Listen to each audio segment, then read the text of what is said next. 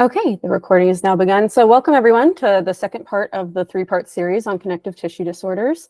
For those of you here in person, appreciate your attendance. And I want to thank everyone again. So for those of you who might be watching the recorded presentation and you might not know me, my name is Rachel Baer, and I'm the co-founder, director of education, and COO of Clover Genetics. I have a bachelor's of science in biological sciences and a minor in deaf studies from the University of Cincinnati, and a master's of science in microbiology and cell science with a concentration on medical biochemistry and biotechnology from the University of Florida. My master's research focused on updates in scientific literature on the identification of heritable connective tissue disorders, the ways they overlap, and disparities to patient care. I personally have a diagnosis of both a heritable connective tissue disorder and autoimmune connective tissue disorder, so I'm particularly passionate about raising awareness and sharing with the community how these conditions impact individuals with them and the public health benefits to furthering the education and research for diagnosed and undiagnosed patients that live with these conditions. I am joined today by Clover Genetics genomics correspondent intern Ilham Abbasi, who is a current graduate student at the University of Toronto in her second year, completing her Master's of Human Genetics in the spring, and who today is completing her final project as an intern with Clover Genetics through partnering with me in this presentation. So big thank you to Ilham, whom I will I'll pass the mic to introduce herself. Thank you, Rachel. So I got my undergrad Bachelor's of Science degree from York University in Toronto in biochemistry. And as Rachel mentioned, I'm doing my master's right now at the University of Toronto. And I've been with Clover Genetics for almost a year and a half. And so I'm really excited to be here. Thank you. So before we dive into the agenda, I just want to reemphasize our disclaimer here, reminding the viewers of the following. We're not doctors or nurses. This information, including the text, graphics, and images, are just for informational purposes only. It's intended to provide broad knowledge of health based on current scientific research. It's not a substitute for professional medical advice. You should always seek the advice of a physician before making any modifications to your healthcare regimen, diet, exercise, or treatment plan. After reviewing this information, highlight things that stuck out, and you can review them with your physician or, in general, and never delay seeking medical care for any concerns. So our last presentation discussed what connective tissue is and how it is integral to the function of our entire body. So what we differentiated was between the types of connective tissue disorders, separating out the heritable connective tissue disorders, which we'll explore today in part 2, where we pick up kind of where we left off by providing an overview of the specific heritable connective tissue disorders, their genetic causes, clinical presentations, and the types of symptoms that patients experience.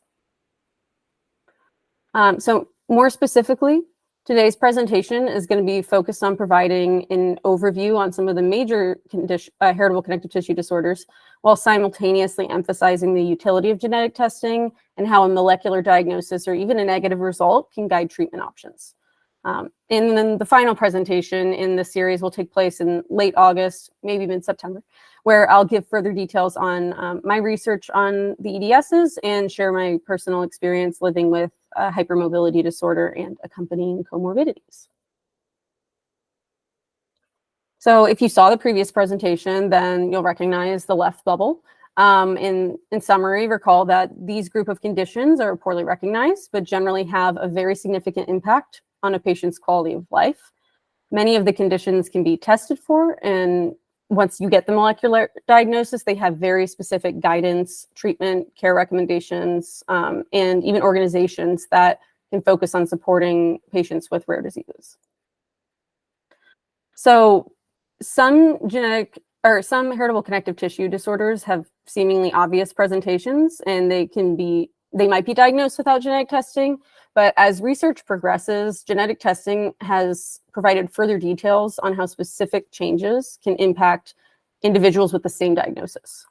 So many of these conditions have a poor correlation between how the specific genetic changes present person to person. An example we'll kind of dive into shortly is Marfan syndrome, which tends to have highly measurable dysmorphologies. So differences in limb length and things like that, that frequently coincide with a positive family history. So however, there are multiple genes that can cause phenotypes that present as Marfan syndrome. So even when the physician is confident, genetic testing is still extremely useful because they, for example, if a patient is diagnosed with Marfan syndrome, but they have something different, like vascular Ehlers-danlos syndrome, the recommendations are going to be very different because there could be different risk factors for certain organ ruptures and prolapses that could change dramatically, whether it be certain sections of the heart or regions that need to be monitored or certain medications that could be adjusted. So without a molecular diagnosis, the physician really can't give the true informed consent to the patient and risk evaluation. So if patients come back without a pathogenic variant after a single gene test and the physician doesn't do more expansive testing, the patient and the physician may not really have an understanding of their genetic risk for medical consequences if it's caused by a different genetic variant.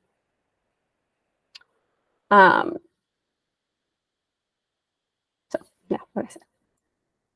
So we discussed this previously in the last presentation. So I just wanted to review hypermobility as it's currently understood. So this is a 9-point check. It reviews very specific joints. The scale can procure different results depending on how consistent the physician measuring is.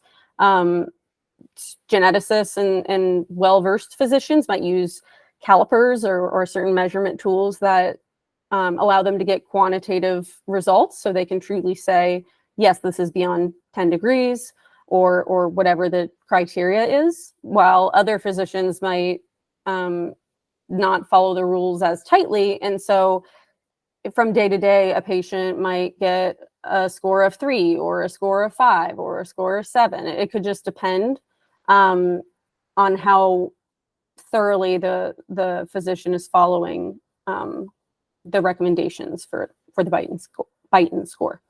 And because joint hypermobility can occur in a few or all joints, the evaluation is kind of characterized also by the chronic pain, subluxations or partial dislocations, or any other soft tissue injuries.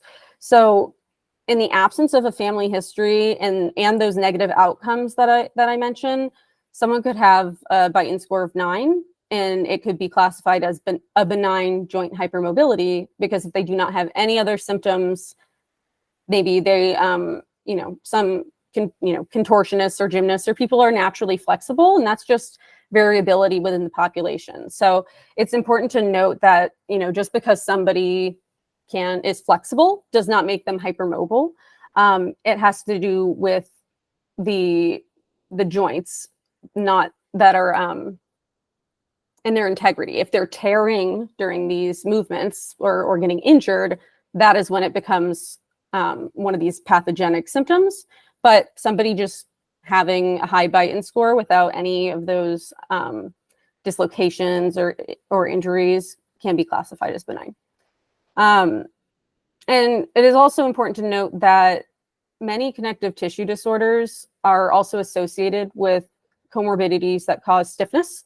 Like I said, chronic pain almost always. So particularly those that might have inflammatory arthritis, their hypermobility may not be as high as it once was, or it might not get to the point where it's classified as hypermobile, which is generally at about 5 is considered hypermobile in a adult patient. 4 can be hypermobile for those that are elderly.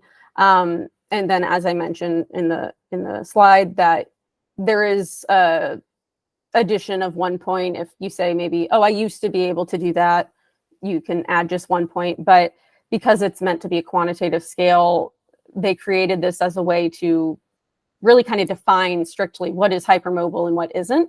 And it does work for some conditions very well to kind of emphasize or indicate or point to that condition.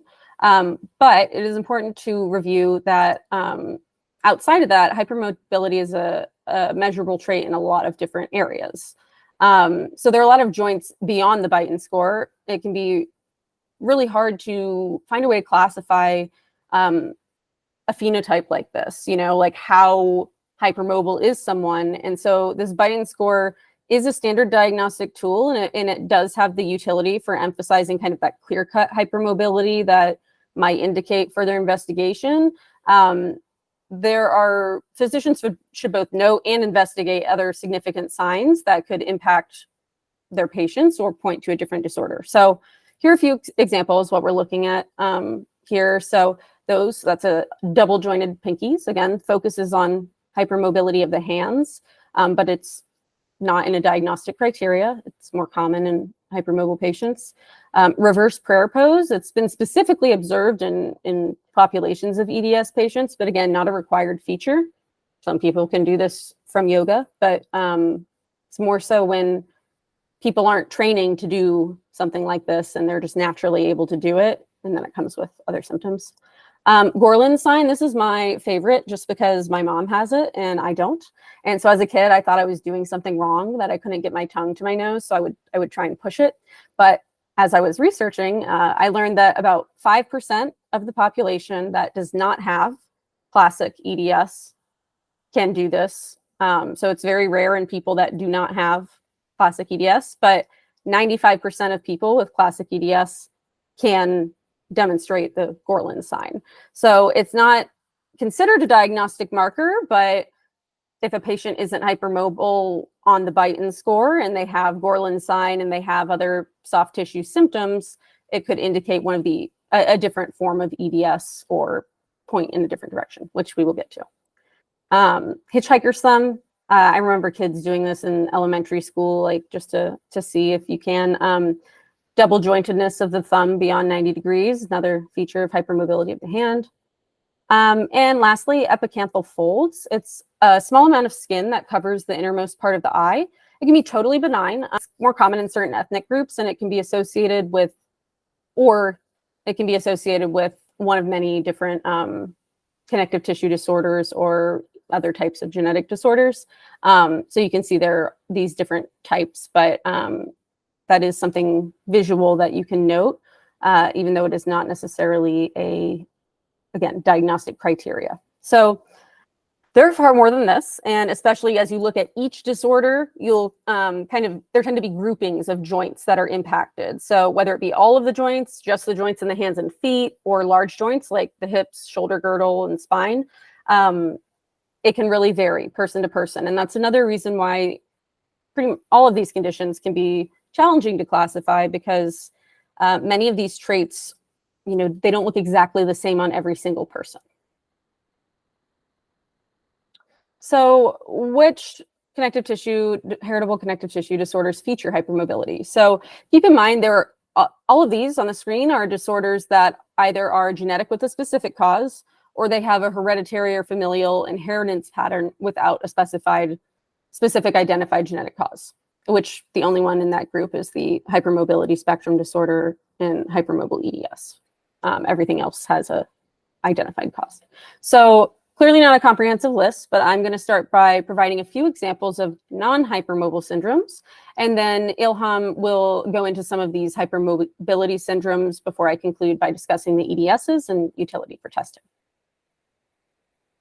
So this is a hard one to say, but I did practice. Let's see. Pseudoxanthoma elasticum is an autosomal recessive condition. It's diagnosed usually in early adolescence or adulthood, caused by variants in the gene ABCC6, which causes calcium to accumulate in elastic fibers in the eyes, skin, and vasculature. So the presenting symptoms can include lesions on the skin, streaks in the retina, pain with activity in the arms and leg muscles, and cardiovascular complications. Prognosis varies. Those affected tend to have typical lifespans, but they do have an increased risk for acute GI hemorrhaging or myocardial infarction, which can lead to early fatality. Current treatments include surgery for reconstructing of the skin or repairing GI bleeds and anti-angiogenic drugs.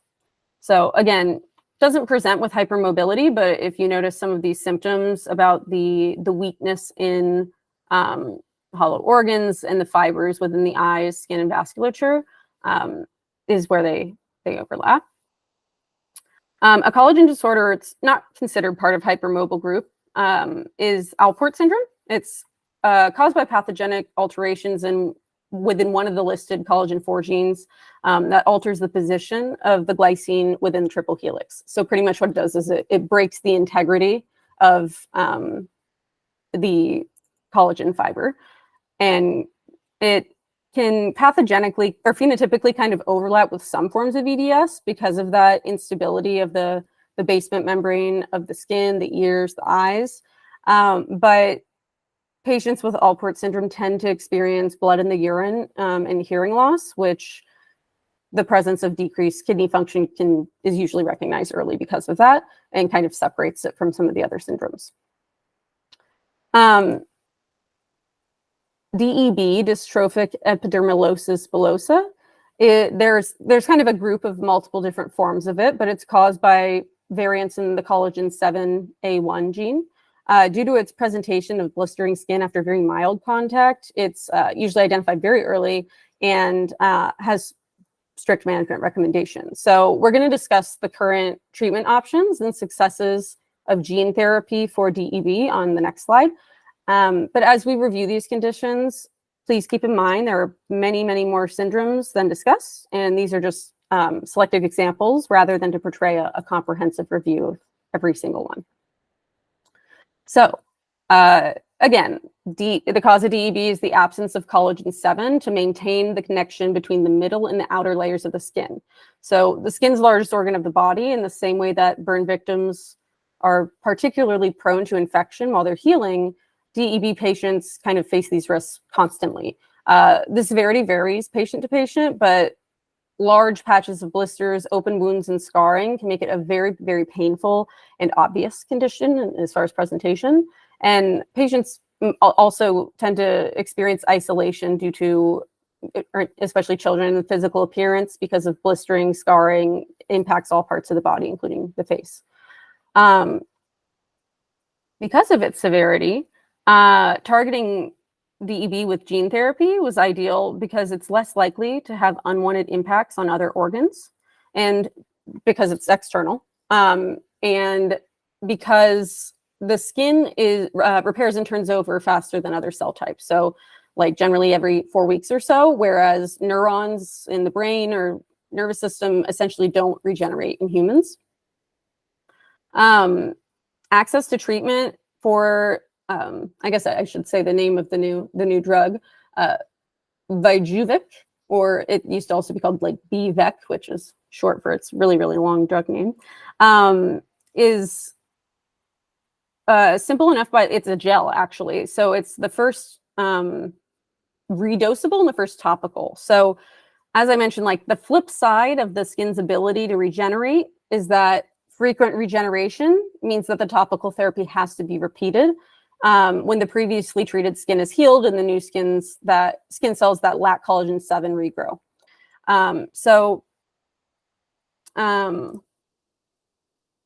It heals blistering in that region, but not once the skin is shed. And the last thing I do want to mention is that it is a herpes simplex 1 virus vector that is used to deliver this gene therapy into the skin.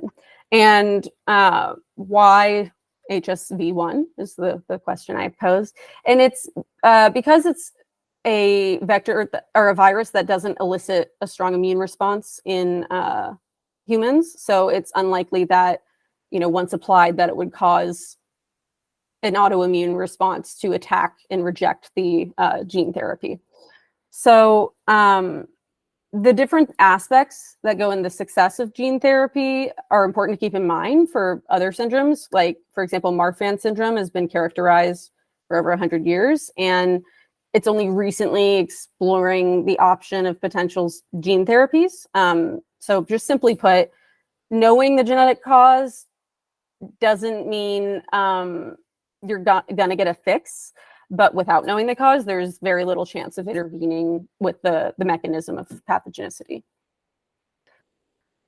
So we're going to be talking about some of the connective tissue disorders that present with hypermobility and reviewing their causes. So we're starting with Marfan syndrome, Stickler syndrome, Lewy-Dietz syndrome, cutis laxa, and osteogenesis imperfecta, before ending with a review of the different forms of EDS and concluding with talking about the genetic testing utility.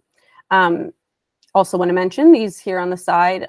These syndromes might include joint hypermobility as a symptom, but they're not classified as a heritable connective tissue disorder due to the more defining phenotypes in other systems.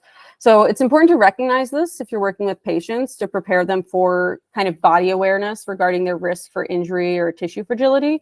So, these patients that they're going to have completely different management symptom recommendations for these syndromes, but hypermobility and kind of the fragility is still a factor. So just important for genetic counselors to recognize. But with that being said, I'm now going to pass it over to Ilham to review some of these syndromes. Perfect. Thank you, Rachel. So last time we talked briefly about Marfan syndrome, but we're going to talk about it in a little more detail now. So this syndrome, it's an autosomal dominant disorder, and it's caused by variants in the FBN1 gene. So this gene makes a protein called fibrillin-1, and it's involved in microfibril production and growth factor regulation. And so when you have loss of function variants in this gene, it really ends up decreasing elasticity and increasing the presence of growth factors in many different tissues. And the average age of diagnosis can be anywhere between infancy to adulthood, and it really depends on how severe the symptoms are. So, of course, the more severe they are, the more likely you're going to catch it earlier on. And so, as you can probably imagine, having an excess amount of growth factors can lead to individuals having really tall and slender builds, elongated fingers and toes and limbs. And in this figure here, you can see that the fingers are really long. And so when you fold them over your thumb, the thumb extends past the edge of the hand, which is not the case in someone who doesn't have Marfan syndrome, which would be the top of that image there. And so not only that, but because fibrillin is abundant in many different tissues throughout the body, you can have different body systems affected, like the ocular, skeletal, and cardiovascular systems. And I want to note two major manifestations of this disorder, which are ectopia lentils. So this is essentially when the lens in the eye is dislocated, and then also having a weakened or stretched aorta, which is the blood vessel that carries blood away from your heart. And in terms of treatment and lifestyle changes, there can be surgery to treat the dislocated lens in the eye. There can also be treatments for scoliosis and aortic defects, like surgeries. And then also physical therapy is another one that can help treat the functional deficits associated with this syndrome.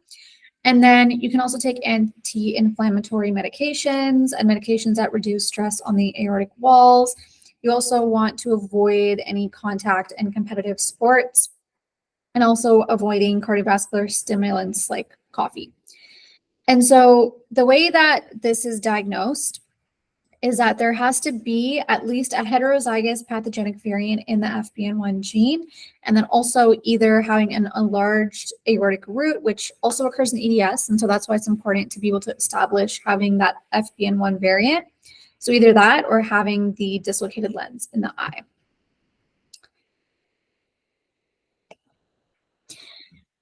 And so now I want to talk about something called Marfanoid habitus, which is a group of symptoms or phenotypes that resemble Marfan syndrome, but they're not actually Marfan syndrome. And so unlike Marfan syndrome, which is caused by variants in FBN1, Marfanoid can be caused by multiple different genes, and it's also associated with some of the other connective tissue disorders like EDS and Stickler syndrome. And these symptoms include having long fingers, long limbs, scoliosis, speech and hearing problems, imbalance, teeth crowding, long flat feet, and hammer toes.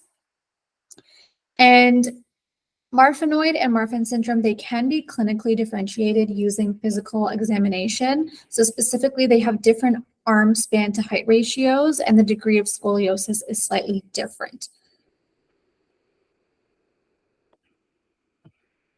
Okay. And then moving on to Stickler syndrome, there can be autosomal dominant or autosomal recessive variants in the COL genes that are listed here, and all of these encode different strands of collagen fibers. And these fibers make up the cartilage, jelly-like substance of the eye, and areas surrounding the spine. And this syndrome is typically diagnosed anywhere between infancy to childhood, and it's pretty rare. So it's 1 to 3 out of 7,500 to 10,000 newborns that are diagnosed with this. And Stickler syndrome essentially encompasses a group of conditions that all have a distinct facial appearance, and then also vision, hearing, and joint problems. And so there tends to be underdeveloped bones in the face, and this can cause the face to have like a flattened appearance. And then also part of it is something called Pierre-Robin sequence, which is having a cleft palate, having tongue displacement, and having a smaller lower jaw. So those are all sort of characteristic of this syndrome. And then in terms of eye problems, severe nearsightedness is really, really common. And then, of course, having hypermobile joints. This tends to decrease with age, and it can lead to early onset arthritis. And there can also be spinal abnormalities, and depending on how severe the symptoms are, there are different forms or types of Stickler syndrome. So you can see here in this table, type 1 is the least severe. And then as you increase in number, they get more and more severe. So type 6 is the most severe. So in terms of treatment, obviously there's no cure, but again, there are anti-inflammatory medications for the joint pain, especially these are especially helpful before and after exercise. And then again, you want to avoid any contact sports, especially because this could lead to retinal detachment. There's also physical therapy to help improve mobility. There can be hearing aids to help with that. And then obviously corrective lenses or glasses for some of the vision problems.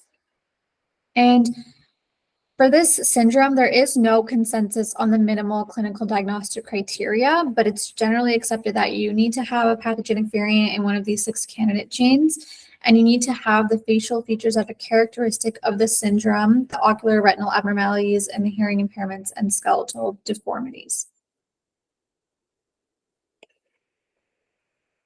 Okay. So Loeys-Dietz syndrome, or LDS, is caused by variants in components of the TGF-beta signaling pathway. So this pathway is involved in growth and development, and it also regulates the formation of the extracellular matrix, which is found in between cells, and it's super important for tissue strength and repair. So there's 5 different LDS forms, depending on what gene the variant is found in. And the incidence rate is less than 1 per 100,000 individuals. So again, quite rare.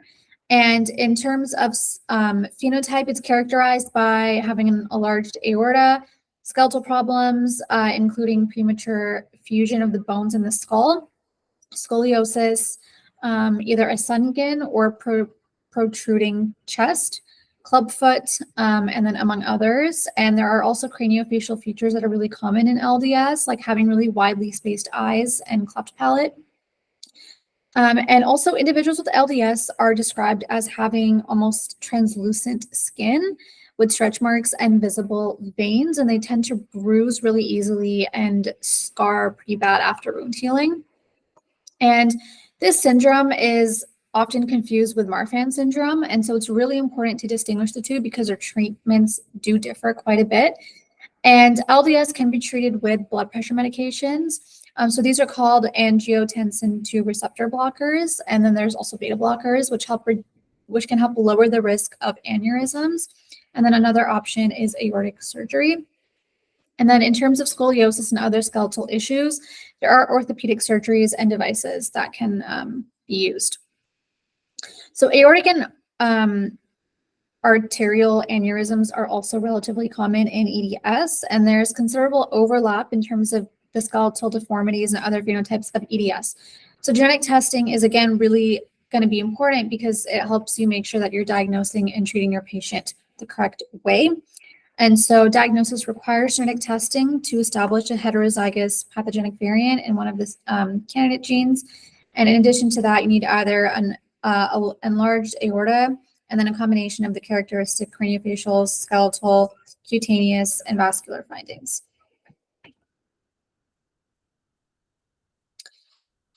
Okay, so cutis laxa, this is a disorder that can have genetic or non-genetic causes, but a majority of cases, around 80%, are genetic. And there are multiple genes involved with this disorder, and all of them play some part in the formation and function of elastic fibers. So the most commonly affected gene is ELN, which is responsible for making elastin. And then there's also an X-linked form of cutis laxa, which is called occipital horn syndrome. And this is caused by something slightly different. So it's variants in ATP7A. And this encodes a protein that's really important for regulating the distribution of copper in the body. And copper is really important for bone, skin, and blood vessels. So you can imagine that variants in this gene can lead to deficits in those areas. And this can be diagnosed at any point in life, and the incidence rate is 1 in 1 million, so it's very rare.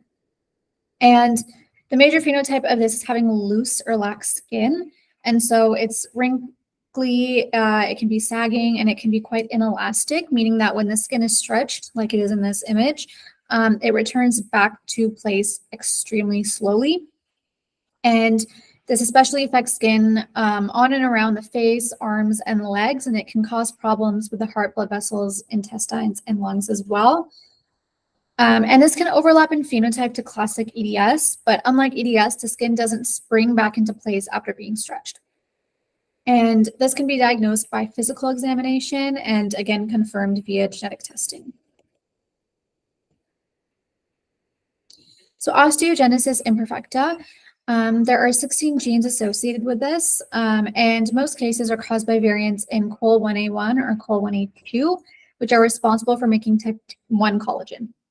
And since type 1 collagen is really important for keeping bones strong, loss of function variants in these genes can lead to weak bones that are prone to breaking super easily.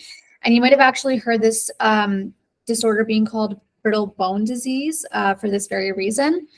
And since type 1 collagen is also found in other connective tissues like tendons, ligaments, the lungs, and skin, those can also be quite affected.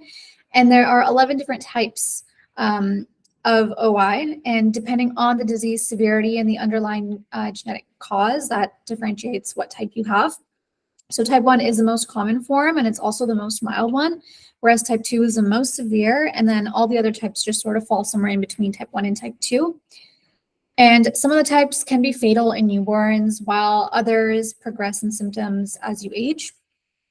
And OI can be difficult to diagnose, especially the mild forms and in newborns, but essentially checking for deformed, softened, and fractured bones is the most common way, in addition to genetic testing for diagnosis.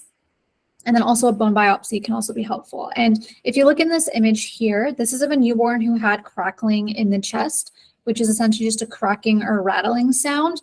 And so upon examination of the newborn in these x-rays, they were found to have OI type 5. And so in this first image here, it's showing you a fractured arm, and the second image is showing you fractured ribs that were found in this newborn. So OI, this is a lifelong condition, and the most important part of managing this disorder is being able to prevent fractures. And so there are medications for this called biphosphonate medicines. These can be used to help strengthen the bones. And then there's also orthopedic treatments or rodding, where you insert rods to prevent deformities. And dental procedures can also be used when the teeth are affected. And then another large part of this disorder is being more susceptible to respiratory infections. And so just avoiding getting sick is really important. And yeah, I hope all of that makes sense. Are there any questions before I pass it back to Rachel to discuss EDS and genetic testing? All right, well, I will thank you, Ilham, for the overview of those different conditions. I know it's a lot of information, but it's one of those things where when you dive into each condition, then there are different forms of each condition, and it goes from there. But the same with EDS, when it comes to differentiating between the different types, it's important to realize that the capability of genetic testing has been rapidly increasing to the amount that information that researchers and physicians have. Our understanding is changing every day. So it's critical to maintain kind of this updated knowledge if you're going to be working with this population, so that no outdated research is passed along.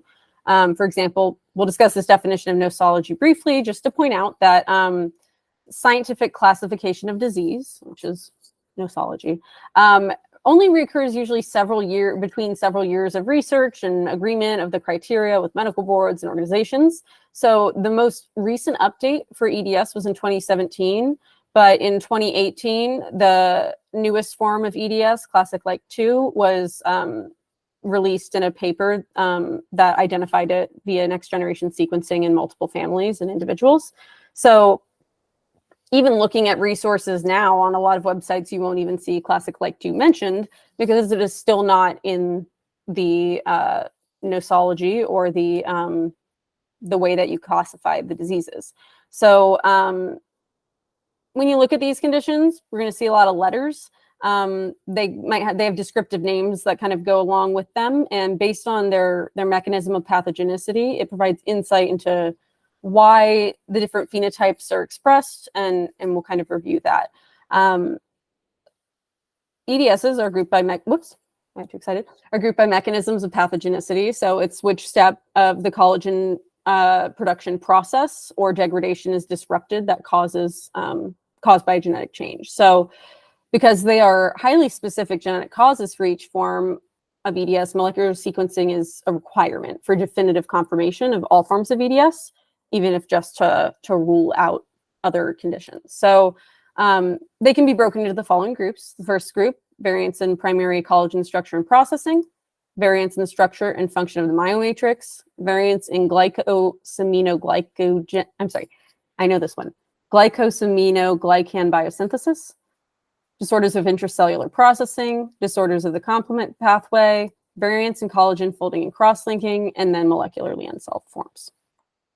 So in this figure, you're going to see kind of a simplified illustration of a cell represented kind of by this orange square. I don't know if you can. So the orange kind of square is the cell, and outside of it is, on the right-hand side, is the extracellular matrix. So we learned in the previous presentation, that's where a lot of the final formation of the collagen fibers and connective tissue is taking place. So originally, it was thought that all EDSs were specifically caused by defects or changes in collagen genes. But because of the nature of fibrous connective tissue and the required post-translational processing involved, many non-collagen genes are critical to the successful formation and functioning of collagen. So I'm going to explain this a little bit further. So we'll look at this normal synthesis and folding at the top of the diagram under endoplasmic reticulum. And this means that, within the nucleus, this collagen gene is being made.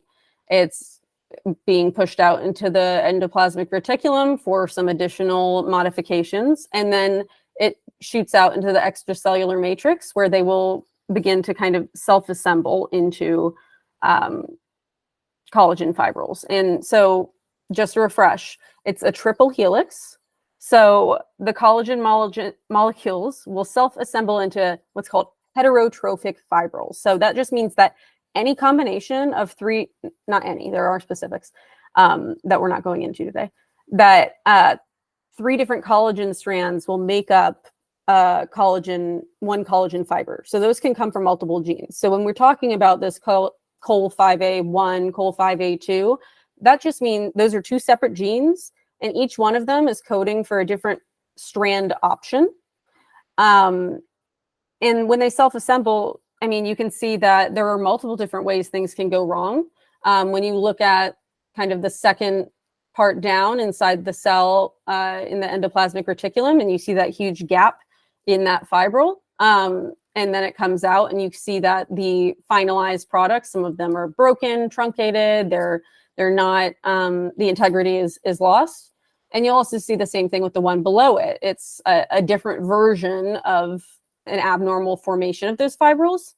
And then the very bottom, where you see that misfolded collagen degradation, there are ways that certain variants will cause it'll disrupt the way that it forms. And if it misfolds into the point where it's not even able to exit the cell, it will cause a buildup of cellular waste. So that can actually cause symptoms of some of the forms of EDS, because these are just building up and not making the final product at all. So keeping all of this in mind, it's just a general overview of how the pathogenic effects can arise based on the specific variant and which part of the process is disrupted. So now, keeping that in mind, this is just meant to be a quick kind of reference to show kind of also what we talked about last time, that these conditions are all associated with the defects in this function and structure of connective tissue that supports skin, muscles, ligaments, and the lining of vasculature and hollow organs. That's pretty much everything. If you think about, vasculature, that's also transporting, your blood, the antibodies, everything. So these molecules are all interacting in every organ system of the body. So the skin and joint fragility is primarily a result of the faulty collagen chain formation. Again, either due to the collagen genes themselves having a variant, or a gene that's supposed to be helping, get that collagen out there that is altered. So the broad array of phenotypes is just meant to remind you that any number of specialists or providers might be the ones to see this patient to identify red flags. Most commonly, chronic pain, musculoskeletal problems, baseline joint hypermobility, variable skin involvement, and vascular instability. That's pretty common across all forms. So keep that in mind when we review the forms. But these patients often require management through rheumatology, sports medicine, cardiology, dermatology, sometimes OBGYNs, and other specialists, depending on the patient. And this just comes back to why it's important to recognize these conditions and make sure that providers understand, even if they're a specialist, these multi-systemic presentations are indicative of something genetic, which is critical to getting the diagnosis. Before I move on into more depth about the genetics, are there any questions?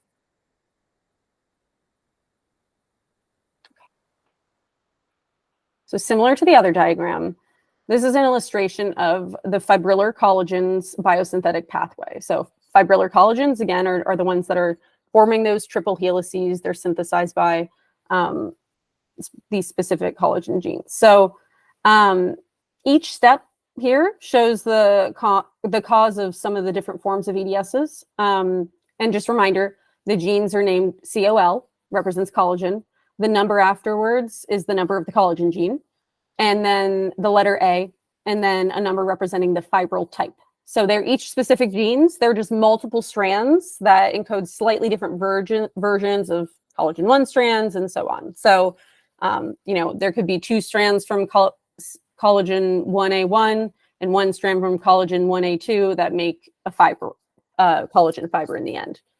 That gets very specific as to what it means once they, all match up. But that's why there can be variable expressivity, because some of the collagen fibers that come out, they might come out perfect, and then some of them might not. So something to keep in mind. For variants in primary collagen structure and function, this image is primarily illustrating the point where something goes wrong, either in the nucleus or outside the cell in the ECM during post-translational processing of the collagen fibers, which is where their structural integrity is finalized.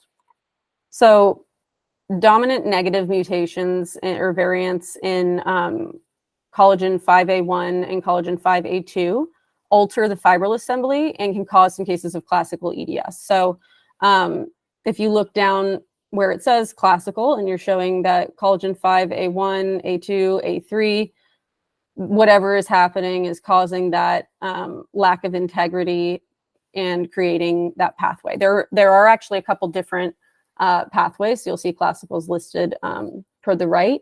And that is dependent on the variants. So the next one in this grouping is vascular EDS caused by interruptions to the collagen 3A1 chain, which can cause it causes abnormal processing secretion within the rough endoplasmic reticulum. So the vascular EDS pathogenicity happens even before it gets into the ECM, which is a particularly dangerous form of EDS to have as far as cardiac consequences, which we'll get to, or fragility in vascular tissue. Classic like 2 and cardiac valvular are not illustrated here, but they're also classified in this grouping. Something goes wrong within the genes in this region. When dominant variants in collagen 1A1 or collagen 1A2 prevent the cleavage of the terminal propeptides within the ECM, sounds like a lot, but pretty much things are supposed to be right here, cleaved off the end in a correct way to allow the final formation of it. But when that doesn't happen, the result is the arthrocholastic or arthrochalasia, EDS, AEDS. Goodness. But when it is recessive variants in the gene ADAMTS2, it causes dermatosparaxis EDS. So as you see, they're caused by different genes completely, and they have similar phenotypes, but the location of the issue is kind of the same. And then variants in the structure of the function of myomatrix include classic-like EDS as well. MC-EDS, which essentially, those in this group mean that the meshwork holding all the biochemicals together is impacted by the genetic variant. Variants in glycosaminoglycan biosynthesis, that includes SP-EDS or SPEDS. There are multiple forms caused also by that are also classified as disorders of intracellular processing, depending on which genes are impacted, because there are multiple genes. Brittle cornea syndrome, is caused by a change to a protein that reduces the synthesis of collagen and primarily impacts the strength of the cornea and the elasticity of the skin. PEDS, or periodontal EDS, is rarely characterized. It's caused by a disorder in the complement pathway, which is a core function of the immune system. And its hallmark sign is the impact on a person's gums and dental integrity. Without the appropriate post-translational processing, like we mentioned, that is happening in this ECM, prolines and lysines are not getting hydrolyzed, and so cross-linking between the fibrils isn't occurring. So this creates the kyphoscoliotic EDS phenotype.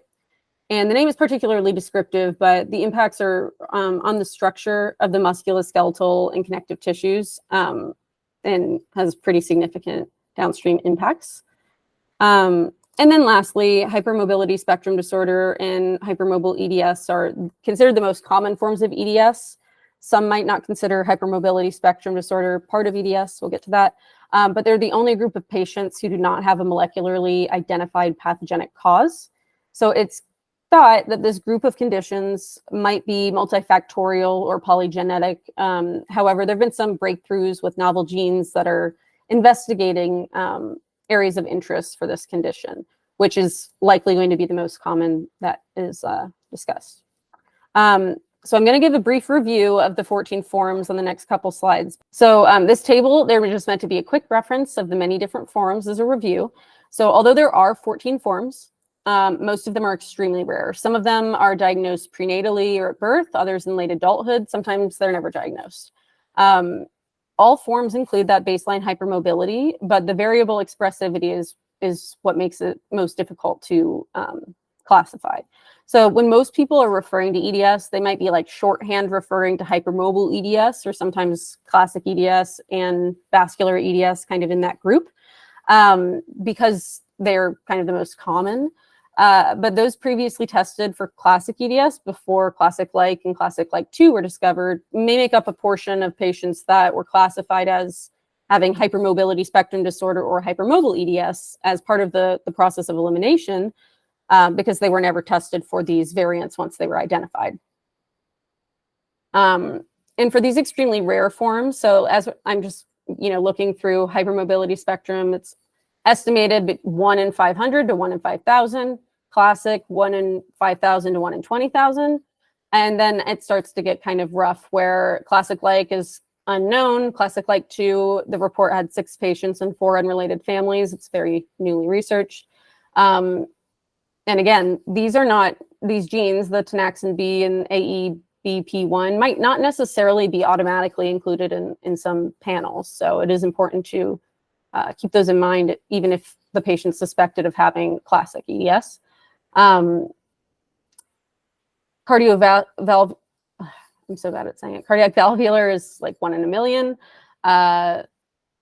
Vascular EDS is 1 in 50,000 to 1 in 100,000 and is known because it has such severe life-threatening risks for arterial, uterine, and bowel ruptures. And so that is one that is heavily monitored and needs to be followed by a physician that's really familiar with the condition. And for those that are in these really rare forms, it's at the bottom as well, it's important to note that while a patient can be 1 in a million, they might be one of multiple members of their own family with the same poorly understood condition. So it might seem like it's not 1 in a million, especially to those patients. And so when it comes to genetic testing for disorders with like these particularly variable presentations, there is value in doing a very thorough family history as well as getting clinical notes from possibly multiple physicians, because comparing the phenotype of the type of skin extensibility or the way that scarring forms can direct testing. The last thing I did mention was that hypermobile EDS, along with classic EDS, account for an estimated 90% of diagnosed EDS cases. So just kind of important to point that out. Notably, the most current updates to hypermobile EDS caused many patients that had previously been diagnosed to get dropped down into the hypermobility spectrum disorder classification. And so there's kind of controversy between whether they're the same or distinct syndromes, and the unknown causes presents a major gap in understanding, because those with no identified genes still have no effective treatments or cures, and the management for either condition, hypermobility spectrum disorder or hypermobile EDS, is the exact same. There's the difference in diagnosis is I believe just like 1 point lower on the Beighton score. I think you have to be above 5, and if you're under 5, then they just clump you in the hypermobility spectrum group general.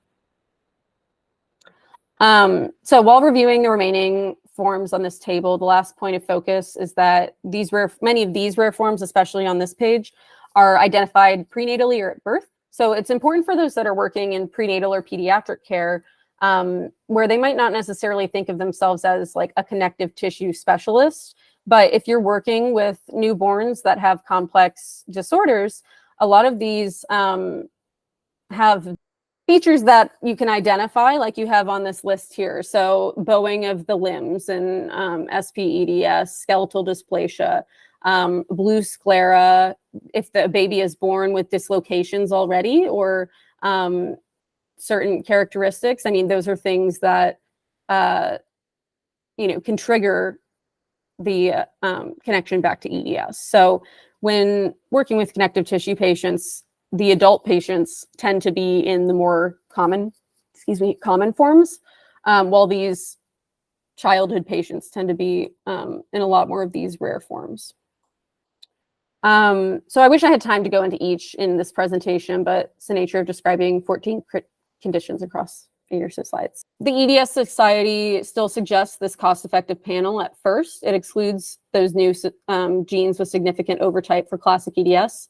So that is an effective panel financially, but rare or overlapping genetic changes could be missed.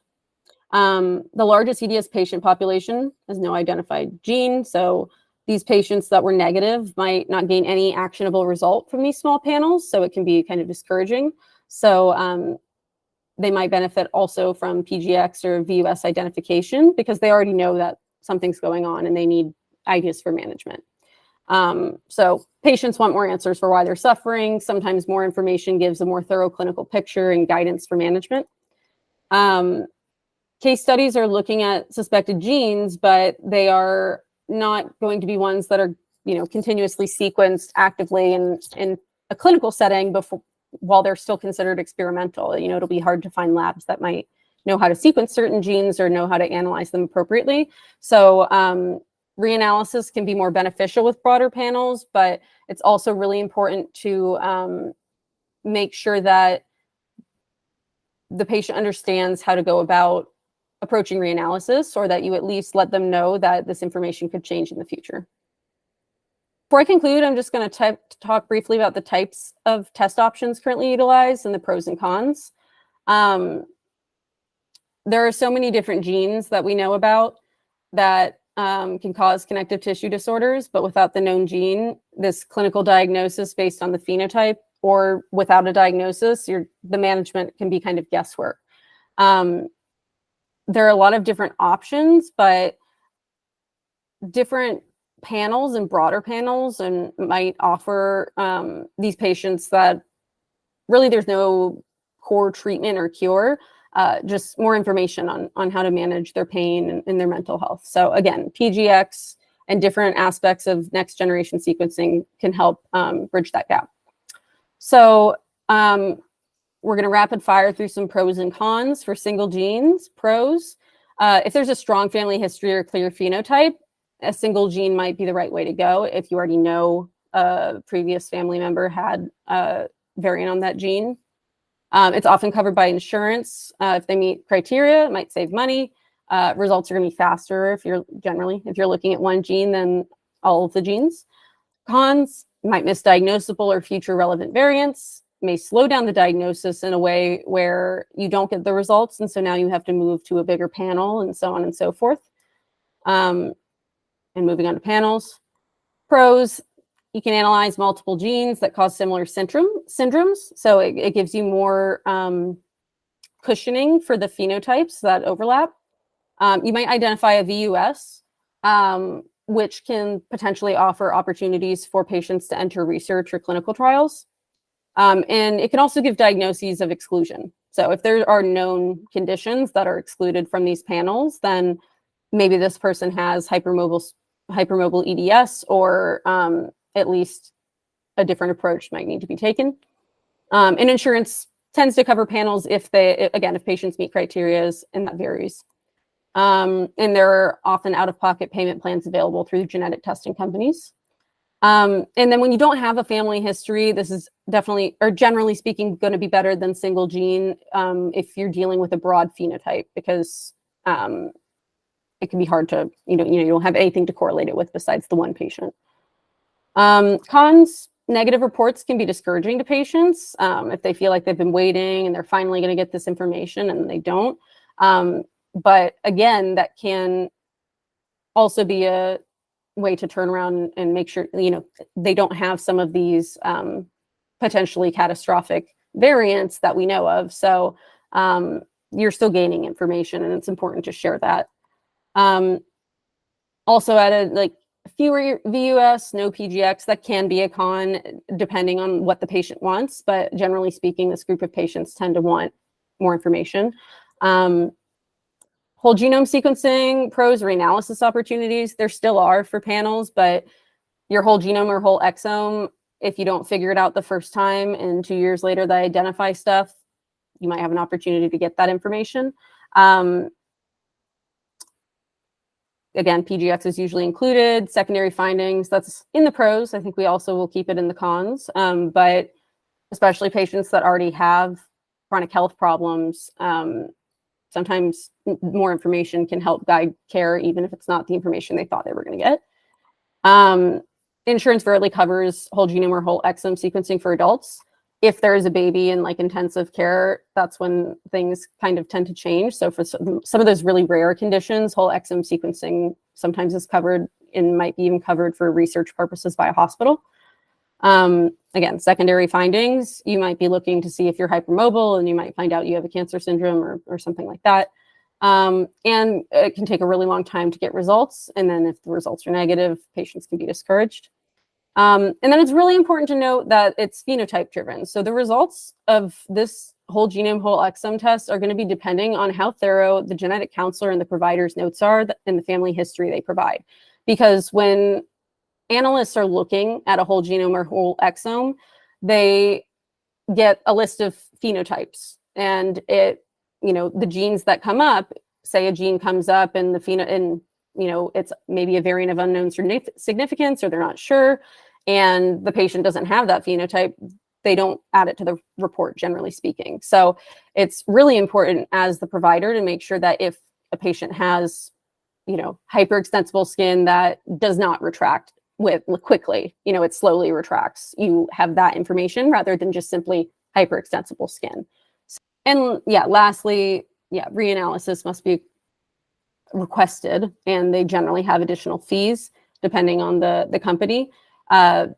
You can't expect the genetic testing company they're not going to call the patient 3 years later and let them know they found a new match, because it costs them money to reanalyze. So generally speaking, that's not the case. It will vary place to place. It will vary place to place, but it is really important to understand that.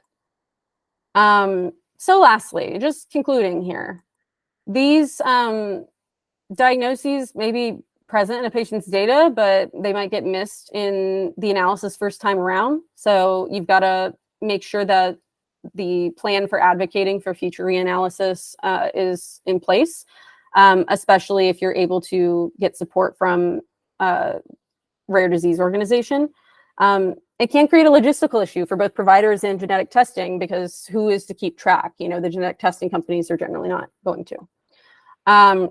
Understanding the risk remains unknown without diagnosis. So more comprehensive molecular diagnosis give that thorough picture on a patient's risk for ruptures or deterioration of sight, hearing, periodontal health, or other progressive symptoms. Without sequencing, patients, again, don't really know their risks and can't get a true diagnosis for most of these conditions. And that rare disease organizations that specialize in these conditions tend to be safe havens for patients that can offer kind of pre-vetted resources and supports that can be hard for many providers to independently identify, especially if it's one incidence of a really rare disease.